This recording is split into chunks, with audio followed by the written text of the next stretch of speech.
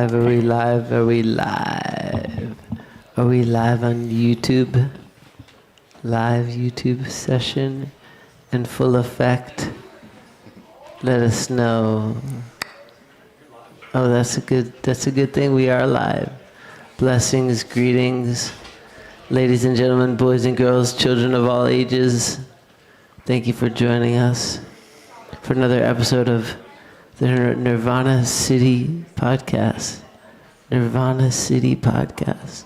Episode number 7. Wow, we've done 7. That's cool.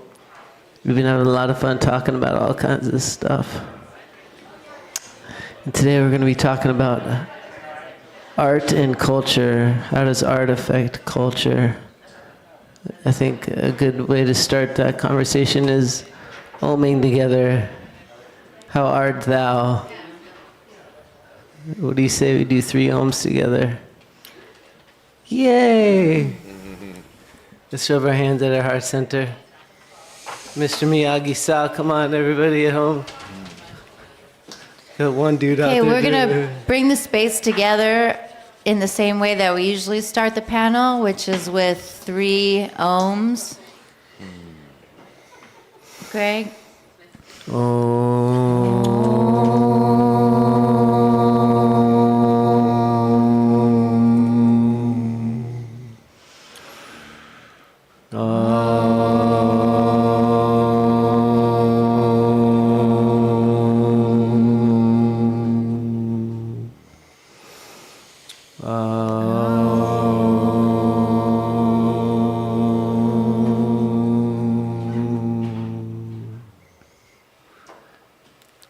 Yeah, welcome to Nirvana City. That always feels so good. Why do I not ohm more? I should just be ohming all freaking day long and just feel great all day long.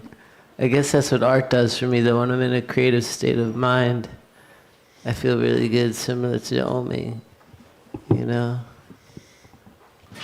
And we're here creating our own reality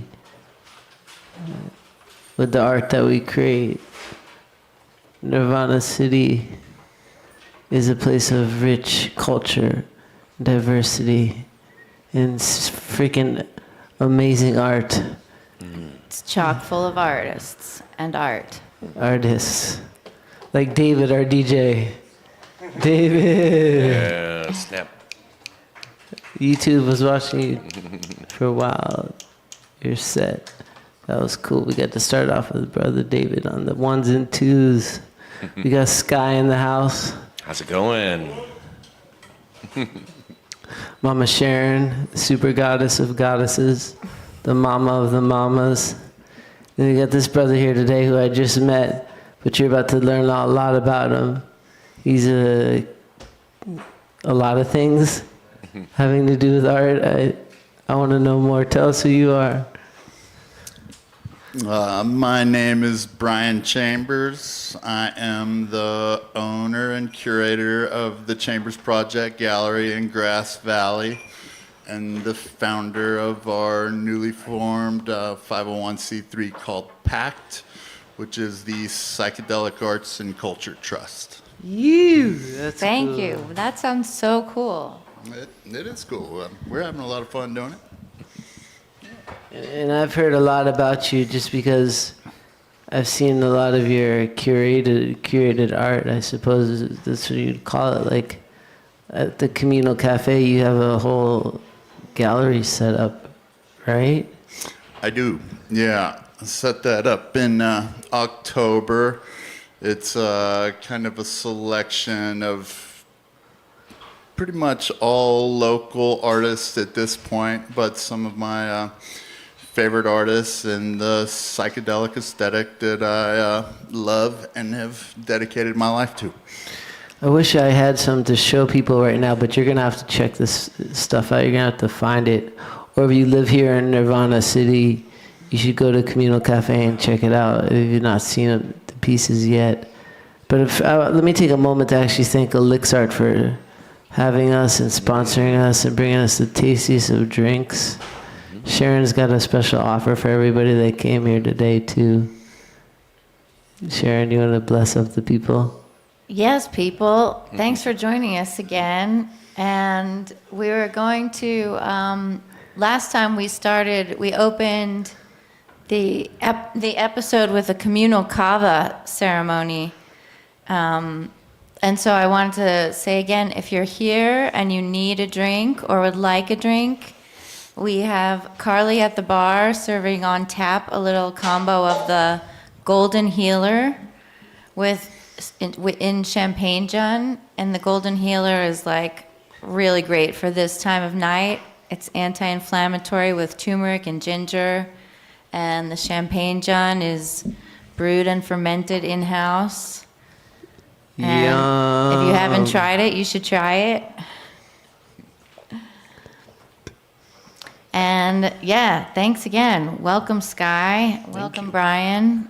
Thank you. I just saw your space, Brian, for the first time on Saturday night with Sky doing this epic sketch comedy variety show. What space are you talking about? So there's a space that's a curated art gallery, which has a show that Brian was just telling me is 18 individuals, I guess around, do you want to explain what the curated show is? Yeah.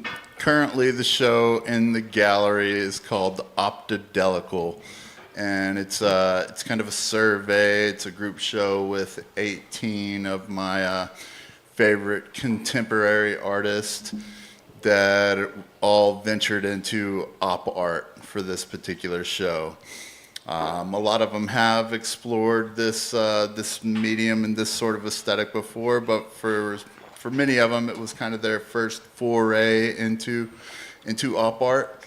Op art's been around for a very long time, but hasn't really been the focus of many gallery shows. What's op art? Op art is art that is created with the intention of making your eyes wiggle, optical illusions. MC Escher is certainly like one of the pioneers and the godfathers of the space. Bridget Riley, Victor Vassarelli. They're some of the old school people that kind of defined the movement. But yeah, it's always been some of my favorite. I love looking at things that are difficult to look at and and make your eyes move. So it'll be up for a few months. I'd love to show you guys around if anybody feels like coming through sometime. How do people find out where that is? We are at 627 East Main Street in Grass Valley. If you know where Natural Selections is, we're the big white warehouse building on the same side of the street, just past Natural Selections, the next driveway on the right. There's a big painted school bus out in front. That's cool, man. So tell me this, has there been one painting out of all the paintings that you've come across in your life that's affected you the most, and how? Oh man. Well, there's a lot. I'm sure there's a bunch, but name one like the most that's affected your life. Well, I suppose I'm a collector to the core, and my collection began in the 80s with Smurfs, and then it was baseball cards and comic books, and then in the 90s, once I got into high school, it was concert posters, and then once I discovered the psychedelic side of life, I got really lucky. I grew up in Tennessee, and in 1995, as a sophomore in high school, my high school science teacher had an Alex Gray poster hanging on the wall. Alex Gray was the entry point. He's the gateway for many people in the arts. He's definitely op art, right? I wouldn't say he's op art. No. No? No, I would say he's visionary art. Okay. But certainly psychedelic as well. You know, I think oftentimes visionary and psychedelic are kind of run parallel to each other. I have my own opinion of the distinction between the two. But one day while I was on acid in science class, my high school teacher, my science teacher told us that this art was inspired by LSD, and I suppose that was a pretty significant moment in my life, and that's when I began my research into psychedelic art as a movement and focused all my collective energies into feeding my head with as much information as I could gather, and that's when my collecting and curating of psychedelic art really kicked into high gear. So I suppose that would probably be a pretty significant piece for me. And how did it affect you, though? Well, I mean, And why? Why? Well, visually, it's just stunning. Are you familiar with Alex Gray? Yeah, very. Okay, so you know, I love the anatomy of everything. I love. I mean, it's fun to look at, you know. But what it did for me is probably more of an effect on just the way that I thought about art. I still love Alex Gray. He's a very dear friend of mine. I always love his art. But what it did for me was just open me up and let me know that this is a bigger thing, and you know, you can kind of carve your own journey, and that's something that I've been doing ever since. So it really just identified that it was not just me, and that psychedelic art is a thing, and you know, that's what I've been doing ever since, is just educating myself and doing everything that I can to help tell the story and to share the art and the historical significance, and contextualizing it and sharing it with as many people as I can. That's beautiful. I love the fact that this artist, Alex Gray, opened up your mind and inspired basically like your career. So the culture of your life was affected by a piece of art. And I'm sure one of so many, I'm sure you could name. Give us one more piece that's affected you, and why. Well, that same year, I read the book Fear and Loathing in Las Vegas. Ralph Steadman has been a key player in my life and career. He's been one of my favorite artists for 30 years, and a dear friend that I've been working directly with over the last 12 years. Rick Griffin, I discovered him that same year. He's one of the godfathers of the concert poster movement. And I think if I had to pick one favorite artist, I would have to say it's probably Rick Griffin. You know, I kind of think he was the pioneer of many underground art movements. He was kind of at the forefront of surfing art, underground comics, concert posters, and I think the vast amount of diverse work that he created in his, unfortunately, very short life of 47 years was, you know, very hard to touch and is very timeless. I don't think there's anybody that can touch his skill with a pen and the lettering, the typography, and just so much of, you know, the defining imagery that he created during the 60s is... It is some defining imagery, yeah, the 60s and 70s. I'm not familiar. We're going to have to pull it up. It's like the original Grateful Dead posters, like some of the most iconic images from the 60s and 70s. I love the dead art so much. I think our next podcast we should have the screen behind us, and we can pull down and we can pull up the things up on the screen. That would be cool. I also had this cool art history teacher in college when we were like, doing we were going to like the National Gallery of Art, and I went to school in Washington, D.C. So we were like in all these big National Gallery art places, and a girlfriend of mine like kind of peeled off and said, "Hey, can we do this like side quest and cover Alex Gray?" And we took a side quest to New York City and went to the Chapel of Mirrors. It's called Sacred Mirrors. Yep. Chapel of Sacred Mirrors. Obviously high, probably sophomore year of college though. And it was definitely a formative experience. I would say that whole day was a really formative experience, but seeing the scale, like life-size scaled anatomy and different dimensions on a flat canvas, and then also seeing some things in three-dimensionally. Sharon, answer me this, would you? What artist or piece of art, any medium, whether it's painting or music or art of any kind, has affected you the most in your life, and why? I would probably choose the medium of music. I think that's affected me most. And Who? Your number one. I mean, it's probably Fish. That's pretty cheesy. No, it's like, not. Love it. Wolfie, trying to live a life that's complete.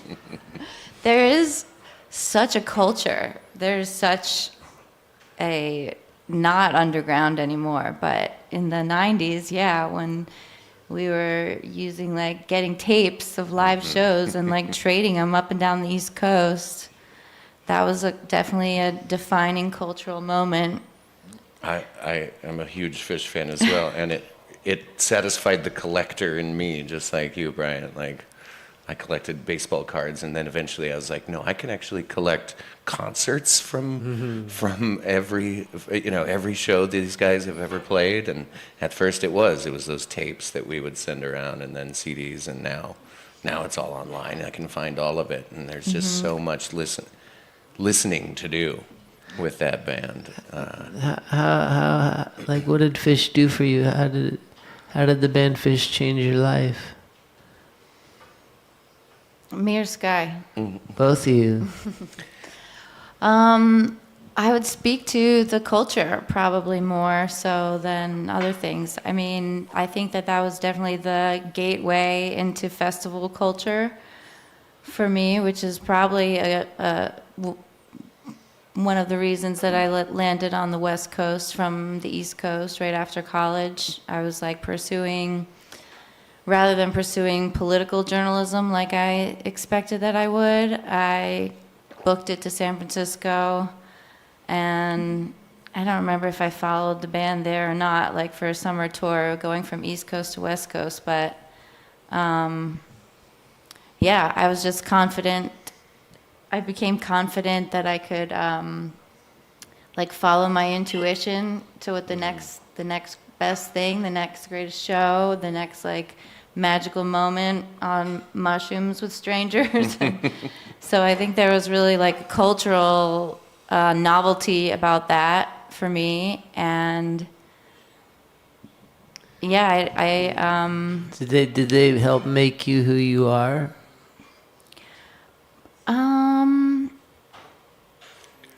I don't know I'm not sure. I feel like a very different person than like the tour person that I was. Yeah, but they definitely had a hand in creating Sharon. Yes, and you know, I listened to Fish through all 3 pregnancies. There were like some different directions. Like I wanted to listen to like cathedral music, I think at some point with one pregnancy, and there was like West African drumming in another, and like, but the central thread was always some bouncy happy Fish. Yeah. And That's why your kids are so happy. I think it's also really, if you have like traveled with a culture for that long, you like know the milestones as well.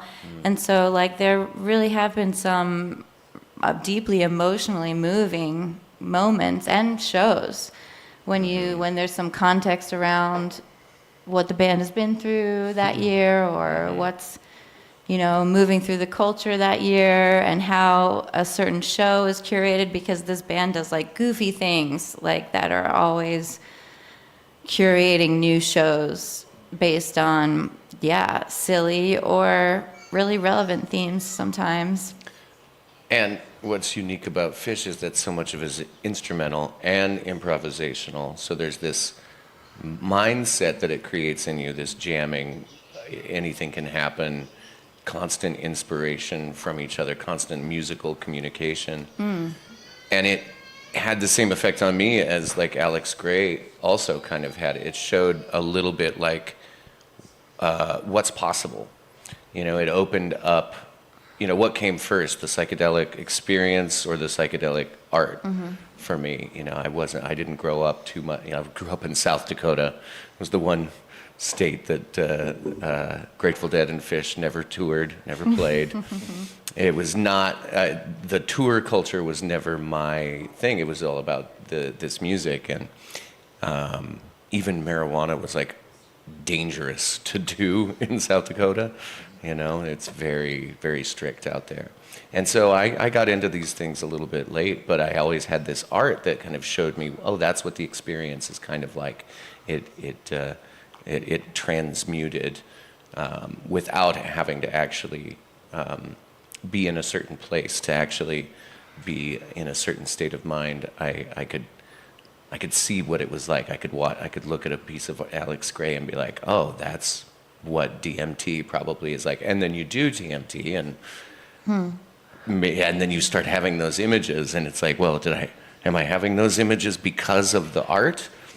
Or, you know, or is that what would have been happening regardless? And I think that's what I'm interested in picking everybody's brain about. Like, what comes first, the art or the experience? And then how do we remember the experience through art?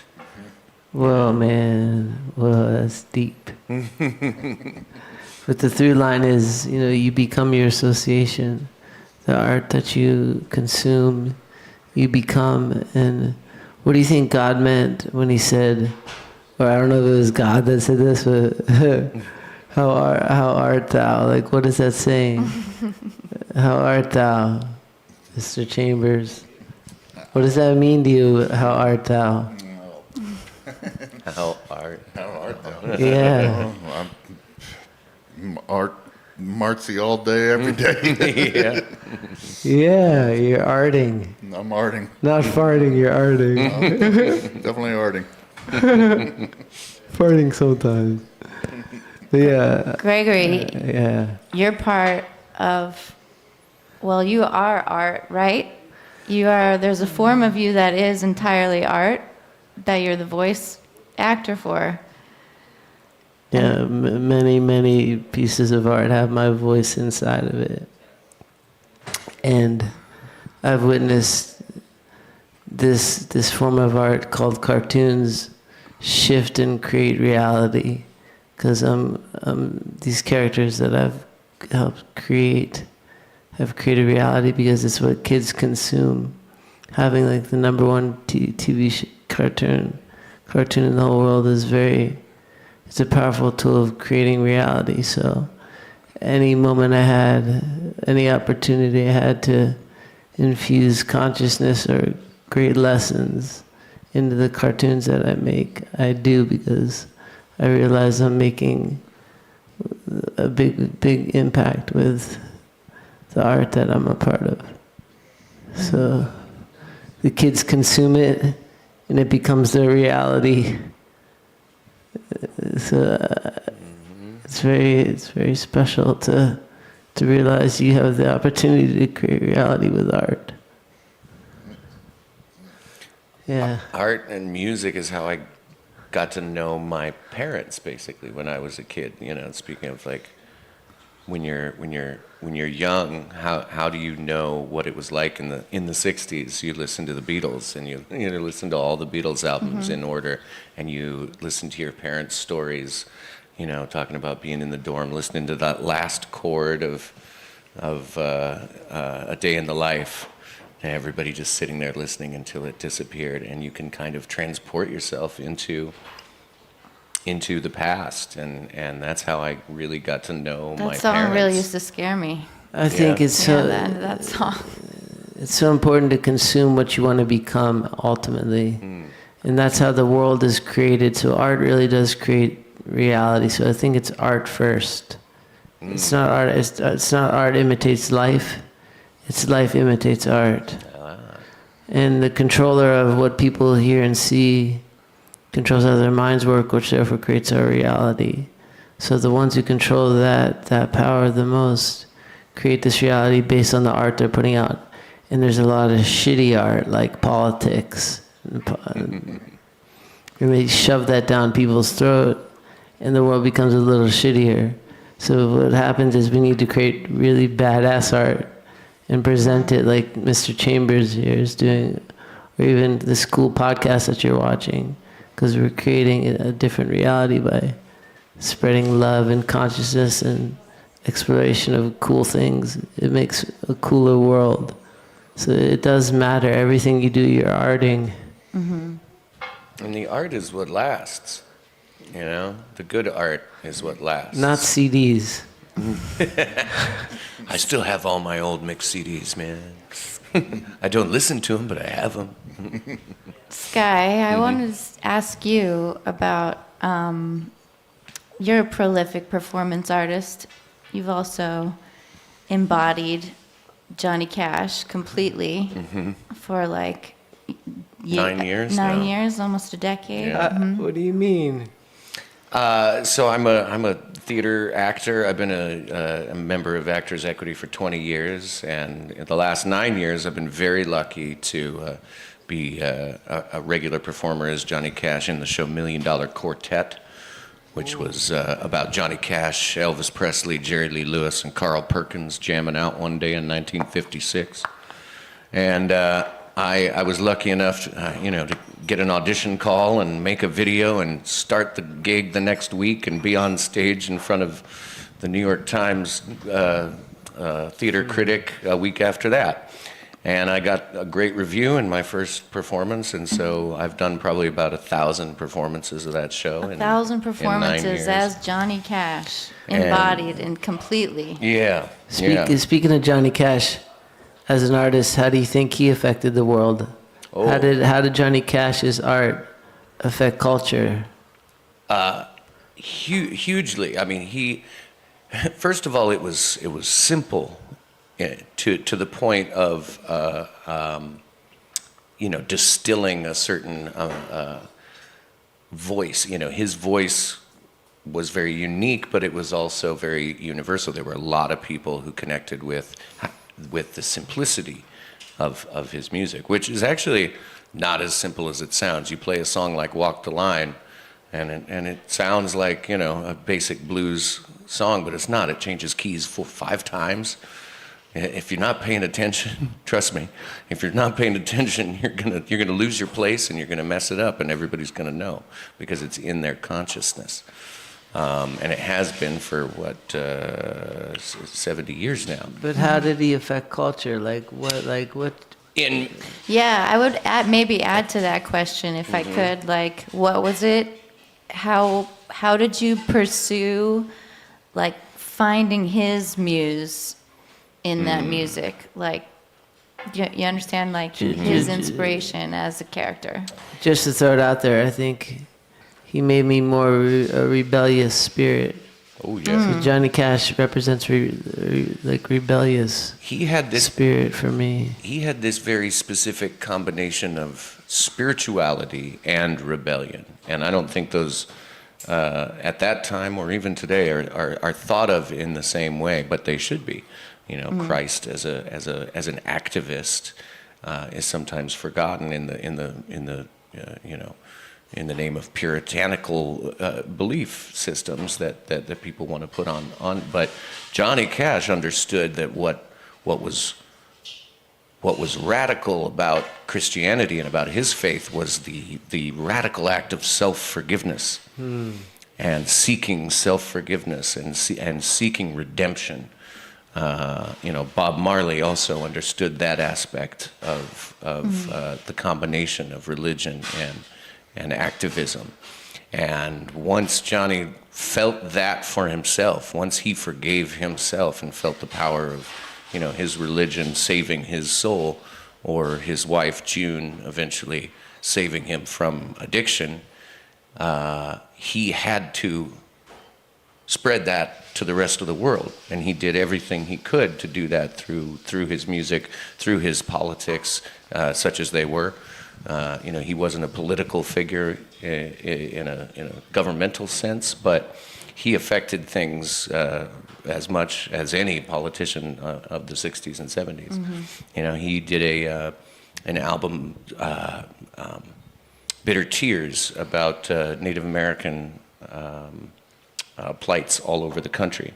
And they didn't want to play it. The country music stations didn't want to play it. And he said, "You can't play any of my other music unless you play this album."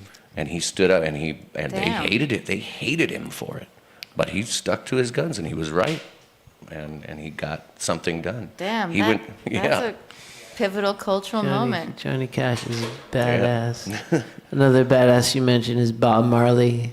And Bob Marley might be the biggest artist on planet Earth, bigger than Michael Jackson, bigger than Jesus. Yes. So that's Yeah, art. man. That's, Bigger than the Beatles, even. yeah, well, the reason why is because reggae is the most popular music on planet Earth. You go to every country, whether it's China or Ethiopia or any country, Colombia, Brazil. Bob Marley's reggae music is the biggest music in the world. It's the most recognized. Also, And that's due to Bob Marley in a big way. species as well. They did a study on dogs, and the music that they prefer more than any other music is reggae. Oh my gosh, they said the same thing to me when I was like pregnant. That reggae music is like mimics the same steady like heartbeat in the background. Yeah, it gets your heartbeat into a nice, relaxed rhythm.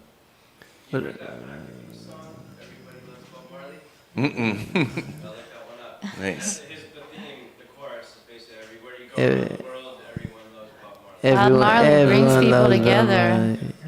Marley. And so many artists, like Michael Jackson, and on and on and on, Prince, and Peter Tosh, and just, oh my God, The Doors, and there's an infinite list of souls that have come and blessed us with their art. So it's critical, again, to be wielding consciously the art that you're creating, because you're creating reality. And it should be a lot of fun to do, because creativity is the closest you can get to being with God, other than having a dog in your lap. Yeah, let's talk about that. Like, well, I was so impressed with the show at the Chamber, the comedy show at the Chambers Project on Saturday night. That was a stunning confluence of community members. Comedy? Comedy, really good comedy, and really like farcical, like roasting real characters of Nirvana City. And oh man, and that felt so like I kept thinking Sky was like the VIP in all these skits, because I've like seen him in such formalized roles, I guess, and this just felt like this art for art's sake. You know, like let's just put it out there. We need to make people laugh. It's so essential at this time to like come together and laugh together and like lighten up and not take everything so seriously. And in fact, like the first astrology reading I had earlier this year, I was like 40. He was like, you just need to like scribble some poems out and like not edit it and not overthink it, and like trust your intuition that the first draft is like the muse needing to come through you in that moment. And yeah, I wonder if you or anyone wants to like speak to that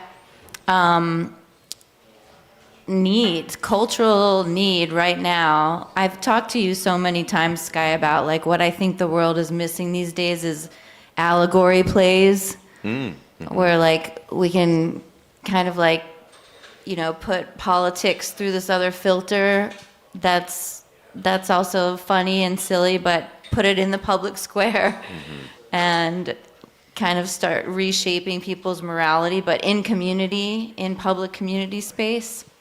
allegory plays. Anyone wants to collaborate, let's try it. But what I was saying before. Wait, what is that you're proposing? Oh, I don't know. Sky is kind of writing. I mean, you are writing one, a children's allegorical play. Yeah. I'm writing and creating this new fantasy world called Darksember, about a world without a sun. And once I started thinking about it, I just like it led me in all these great directions of how does a society build itself without something as essential to our world and our life as a sun. And it's very nature based. The trees themselves, their roots delved so deep into the core of the planet to soak up the sun energy from the core and bring it to the surface in the form of golden sap, which lights and warms those who drink it and eventually creates fire. And how protecting those trees, that life force, is the main organizing principle of this society. And just from there, zooming out and creating, things that I think connect us to our own world. I think you just saved planet Earth, bro. You just saved humanity with that one. I That's love the goal. it. And teach the kids early on to protect the trees. Beautiful.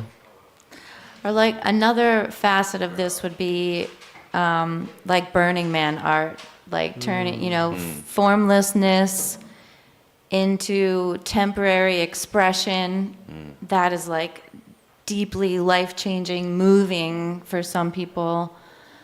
And then it's, lit on fire by the end of a week or two. Anyone want to talk about that? I just, again, feel like burning the body is such a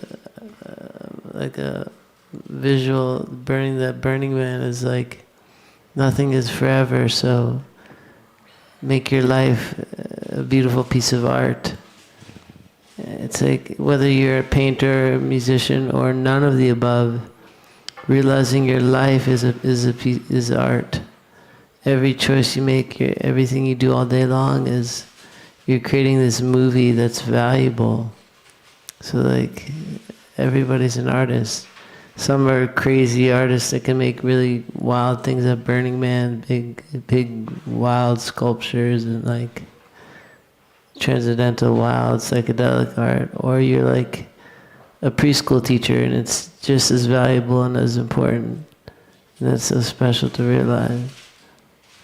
How about psychedelics? Maybe you want to jump back in, Brian, but like how the psychedelic art culture shifted into burner culture, and like what do you call that? For me personally, kind of backing up to re-answering what the most important piece of art that I ever saw or have seen. I have a good one too I want to bring up. I'm gonna restate that, and for me that would have to be the painting that was created at Symbiosis 2009, because that was the first collaborative painting that I ever commissioned, and at that point it was 3 of my favorite contemporary artists who were well on their way to being the superstars that they were going to be no matter what. But at that point in time, the fine art world frowned upon collaborative art, and the galleries in New York that were representing these 3 artists were very upset with me and very discouraging of them painting collaboratively. They said I was going to ruin their careers, and they did not like the idea at all. But anybody that was at that festival knows that was a very special moment in time, musically, just for the arts. It was just a very high water mark.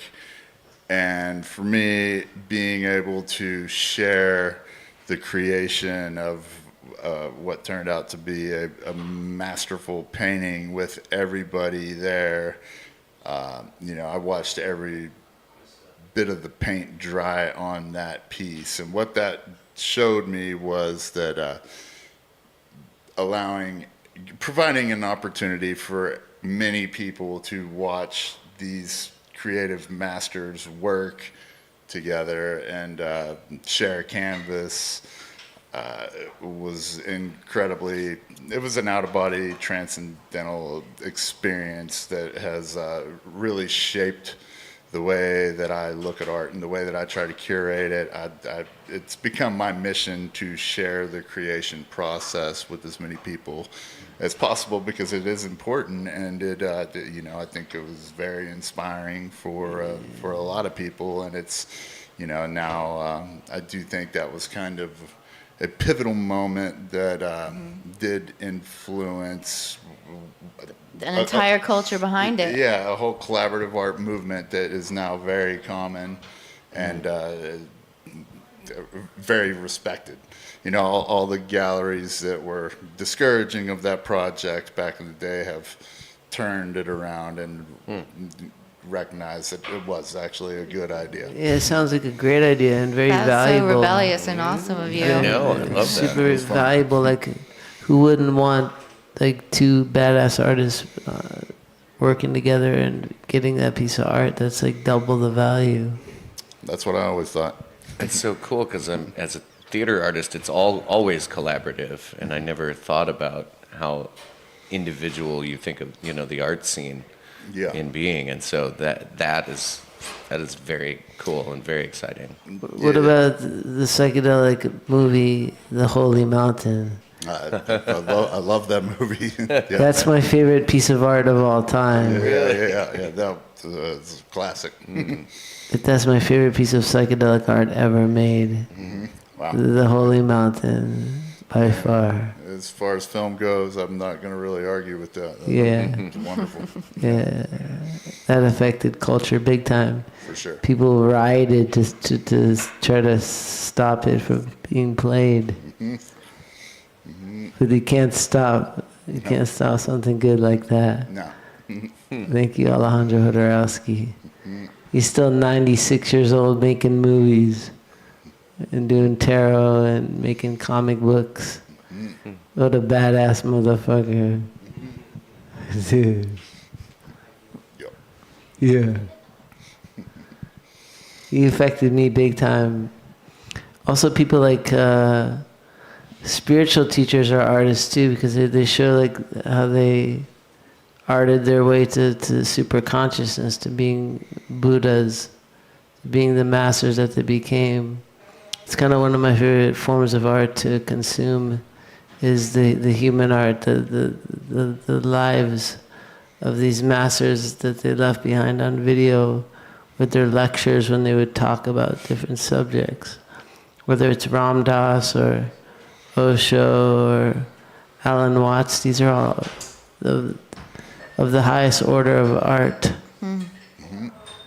the highest caliber, and they definitely they're still creating a reality based on the art that they left behind that you can watch on YouTube right after you stop watching this podcast.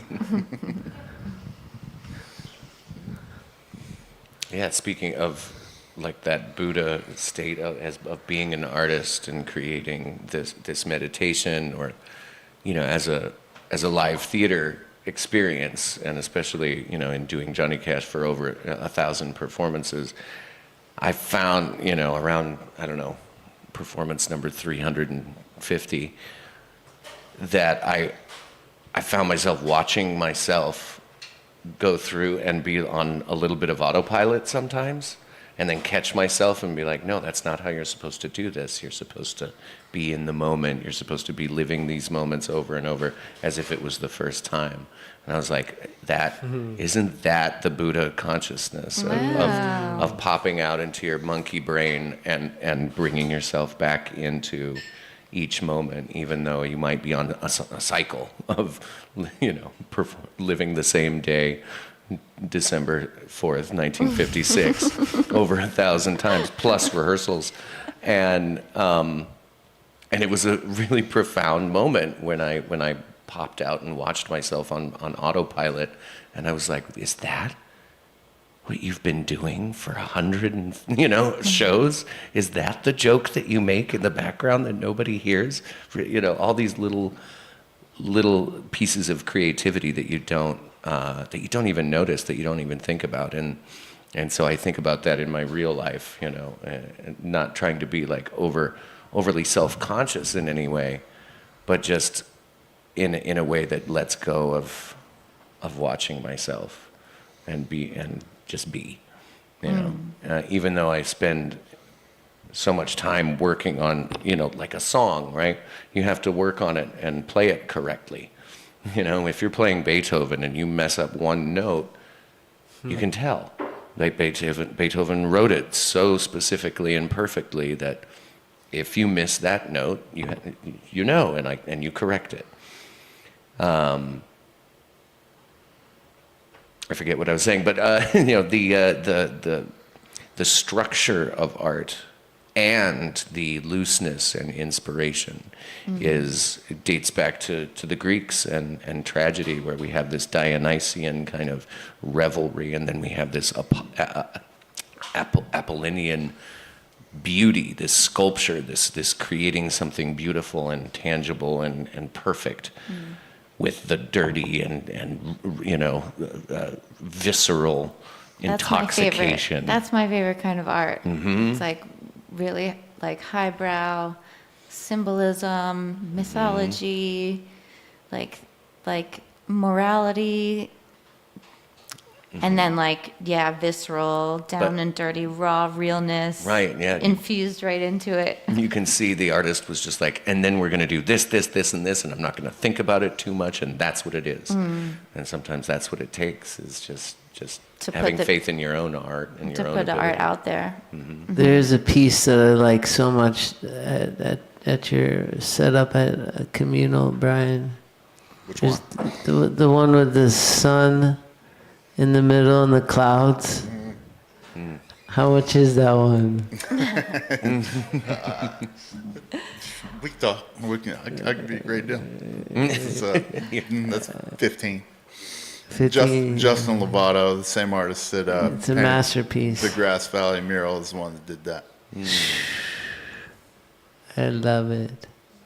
Yep. Yeah, you own some masterpieces. I've got a problem, and I have for a long time. Pretty serious art junkie. So kind of all I got to show for my life. So I would hope I got some. Well, no, that's not true. I got a couple beautiful kids and beautiful lady. But There you go. yeah, the art is the artifacts of my life.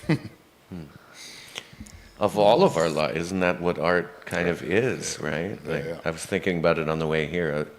I thought the podcast was going to be called Art is Culture. I kept seeing art in culture.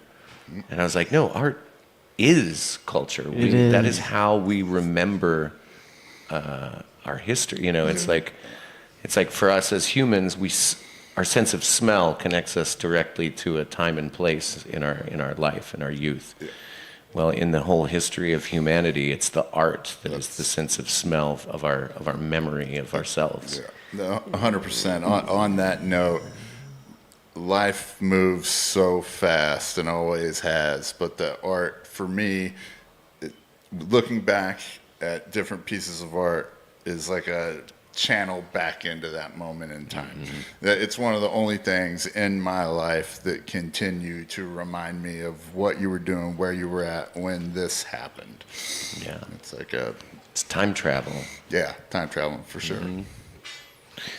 Have you ever heard of George Catlin? Yes. Have you seen George Catlin's art before? Minimally. George Catlin was the only white man back in the day, way back in the day, that was allowed to go into the American Indian tribes and paint them. And he's basically like the first ever hippie. He came in like a clean-shaven, uptight looking British man, and he by the end of his experience, he had a huge beard and full hippied out, like, wearing skins on his back, but his art, he captured time on canvas, and you can actually see these pieces of art when there's exhibits that come through your town. You can actually see what it looked like back then because he captured it perfectly. And the American Indians back then all wanted him to paint them because they thought it was magic, because it was so good. They're like, holy crap! He's a magician. Yeah, it's amazing the images that he captured. Because if he didn't capture them, we probably never would have even saw what it looked like what an American Indian village really looked like. The cities. He has paintings of what the cities look like. They were huge. Tens of thousands of people, real cities, American Indian cities. So art is critical to tell the story of what really is happening. But now with AI, I just saw a picture of Michael Jackson if he was still alive and didn't get face surgery. And he looked really good. And in 30 years, kids might search Michael Jackson, and that picture will come up, and they're like, oh, that's Michael Jackson. And AI created that. So it's about to get really weird. I think that's a good point, especially about this is how kids are learning about the world. It's like you and I, I still can look at a piece of AI art and be like, that's fake. I can tell. But that's going to get harder and harder and harder to do, and especially for kids, if that's just mixed in with everything, it might not be as easy. I don't know. I want to put a watermark on all the AI art. It's too symmetrically soulless. Like every AI art I see, it's just like but they're getting to the point where you can't tell the difference. No, I just did a voice recording AI thing where they took my voice and put it into a machine, this AI database, and you cannot tell the difference between that thing and my talking at all. It's so wild. How is that going to affect our culture? Transhumanism.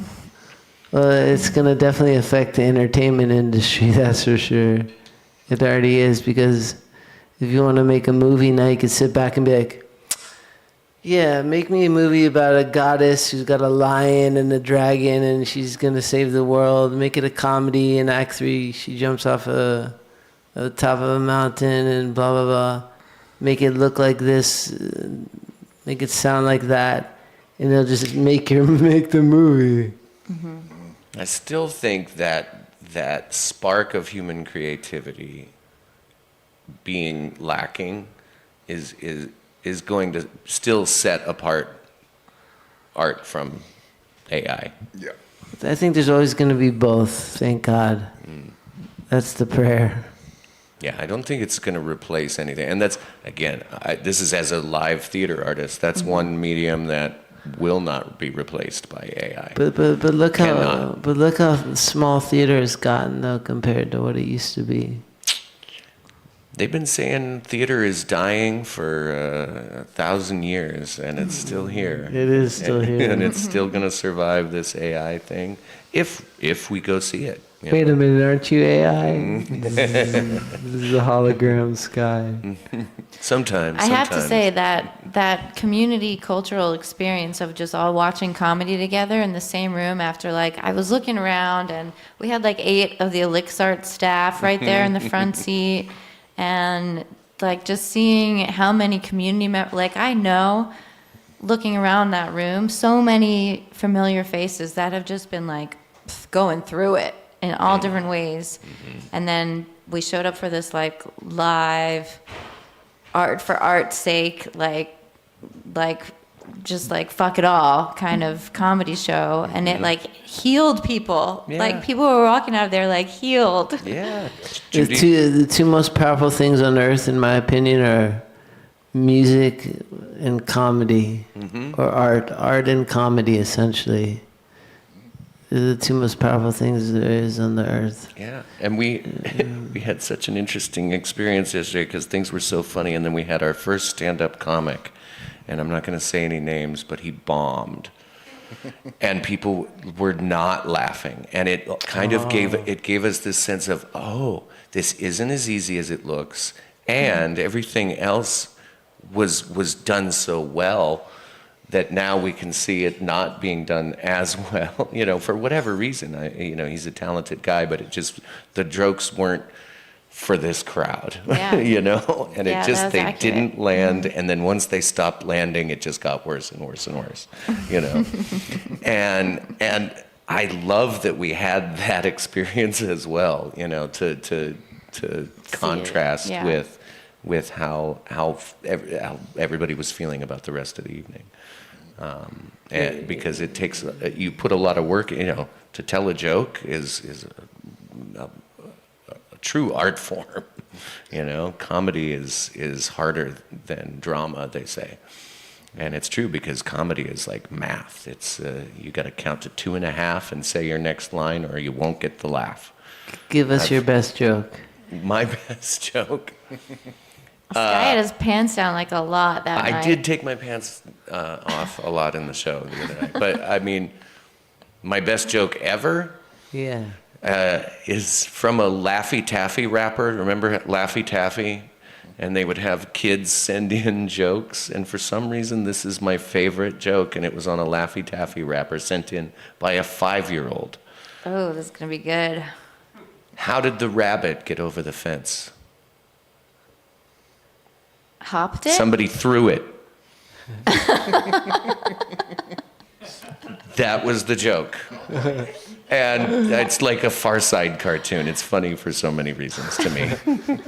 The fact that it was a 5-year-old. That's a good 5-year-old joke. Yeah, I've got definitely a back pocket full of 5-year-old jokes. So we don't Give need us one. Give us one. All right, Callie made some money on this one at a festival. Mm-hmm. What's brown and sticky? Don't say poop. Don't say poop, but everyone thinks you're going to say poop, but it's really Tootsie Roll. a stick.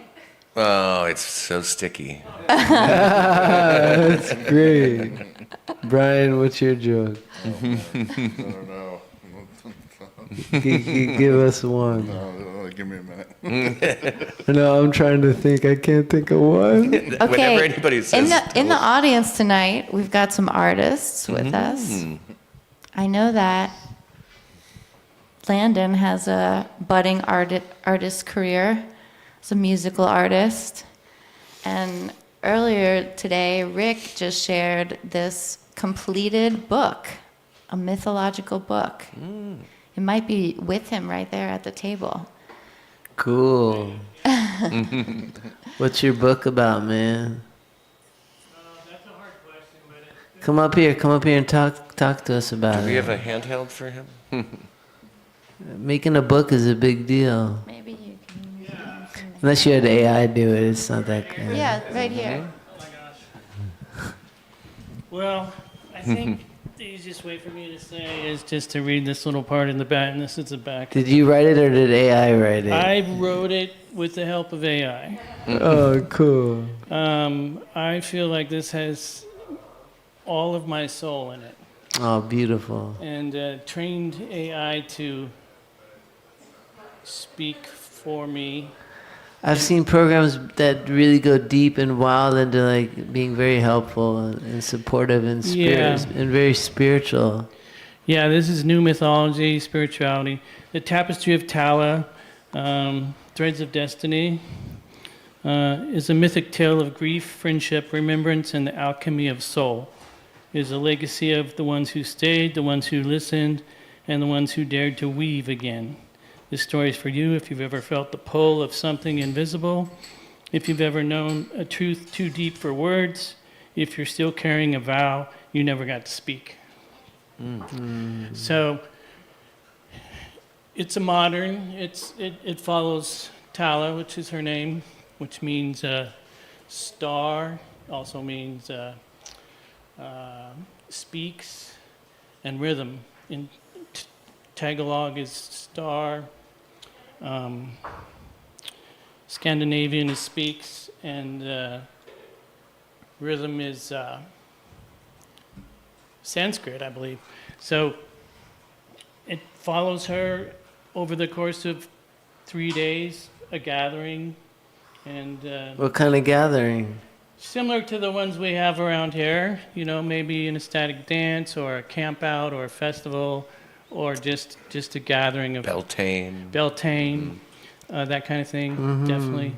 And dealing with what has come before and where we are now and how are we dealing with this? How are we building things new? There's some characters in here, and they get into deep stuff, and the dialogue is guarded at first, and then gets deep and gets into. Thank you, David. Thank you, DJ Davidos. Thank you, DJ. Thank you. Later, brother. Deep emotion, and what makes people real, and the stuff that gets in the way, which is not truth. It's kind of got a flow. My flow is Tao, the way, and so it's it has an oracle in there, and that's the oracle's. Did the AI create that too? I created it Nice. with help.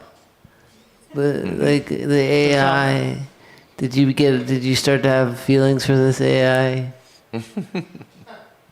Feelings for the AI? No, not really. I appreciate the tool for sure. Yeah. I think you can go as deep with it as you are.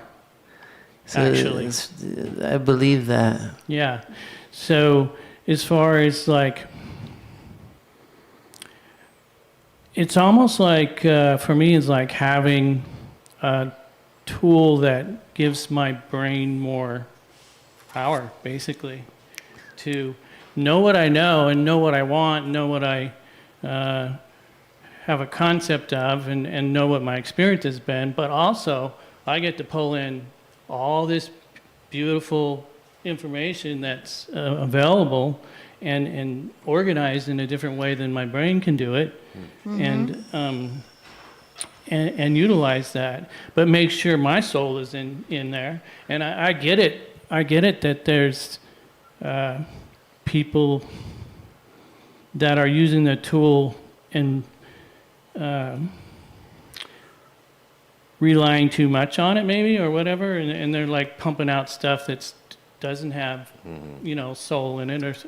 I mean, it does actually. When you get down to it, it really does. But I like what you just said about like it almost feels like a collaboration, right? That it's you, but you're also drawing from this other source, and you're getting inspiration and giving inspiration. Yeah. And if you were doing that with another human, that would be very similar. And I wonder if what some of the backlash to AI is might be the fact that it's taking away the human-to-human collaboration in any way, and it's making it so that people who might not, could benefit from that kind of collaboration are skipping that step and are kind of indulging. I'm not at all saying that you are, but I've heard this a lot that people are indulging in their without something to bounce their ideas off of. I mean, I love the idea of telling a computer what to do without touching it.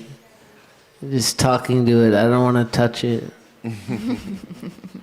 So is that what you did, or did you do a lot of typing?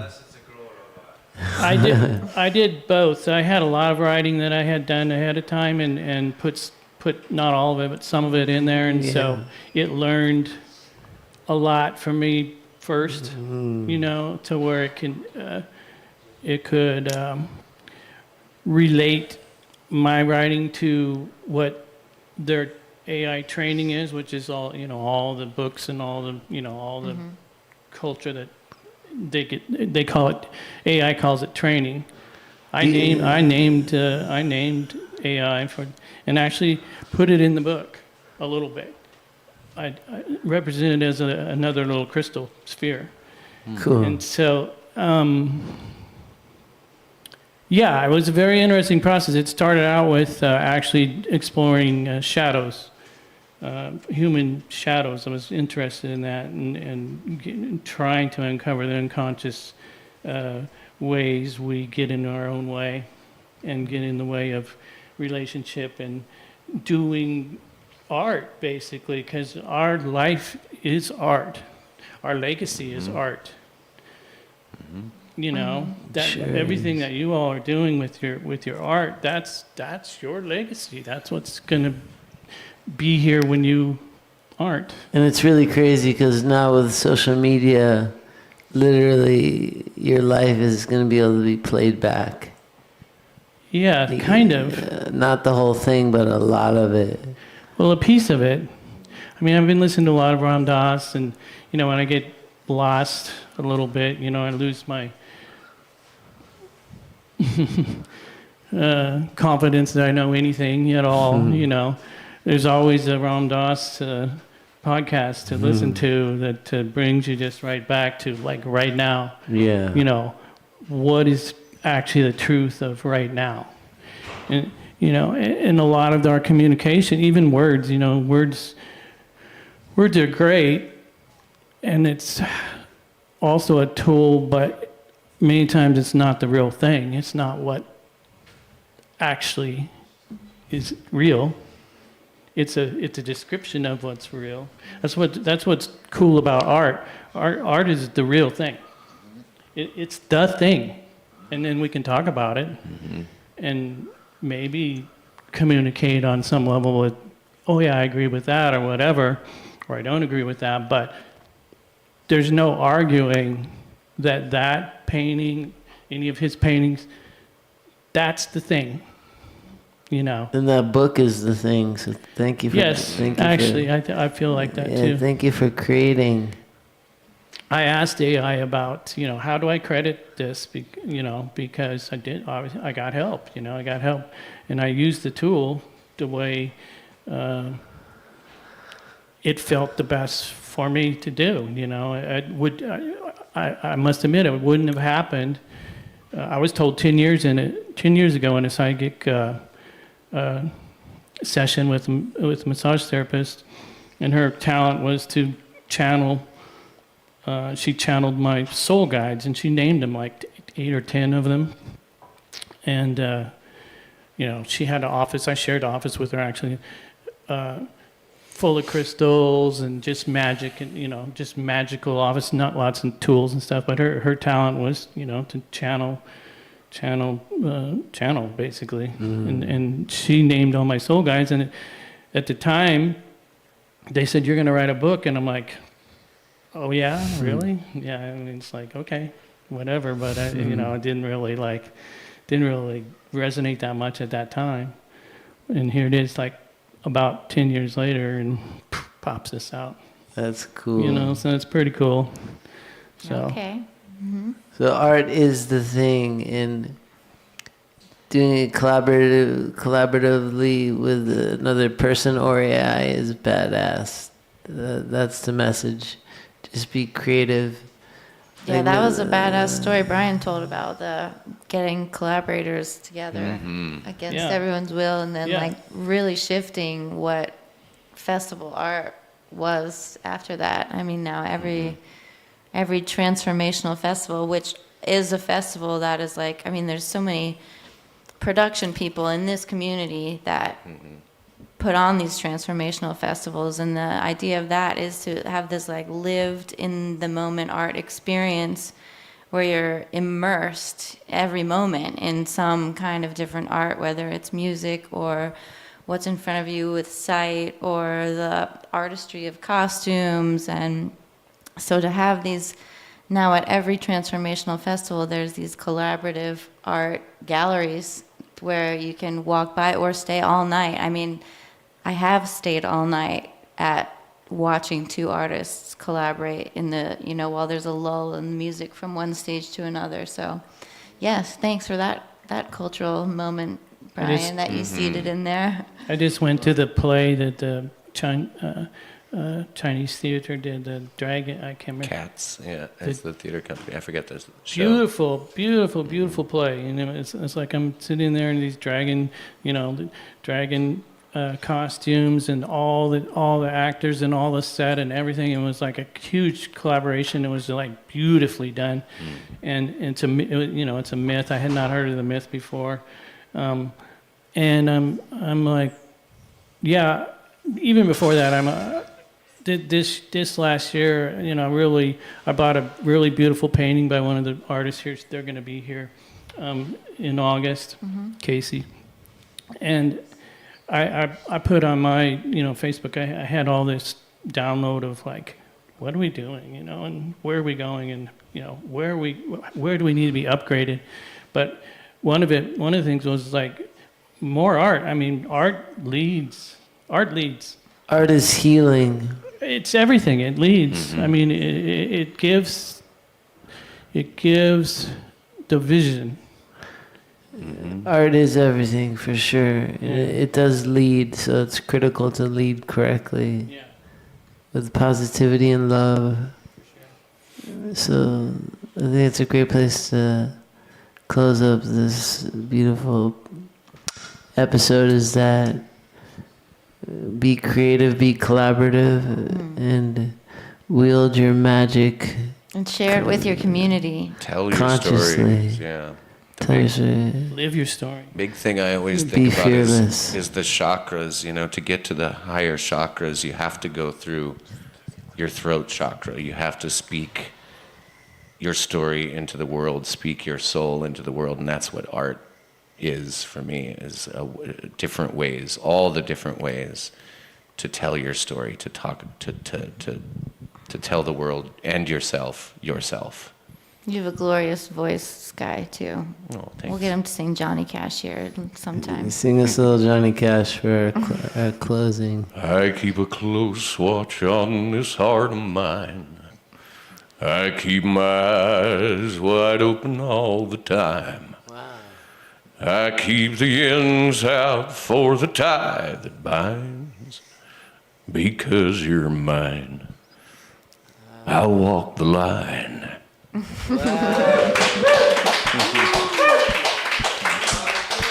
We'll catch you next time here at the Nirvana City podcast. Peace, love, and animals. Thank you all for playing today. Thank you, Greg. Thank you all for having me. Thank you, Thank you, Brian, yeah. Thank you, Sharon and Elixart. All glories to dog. All glories to the dog. Thank you, Brian, for doing the behind the scenes Brian. AV work. With-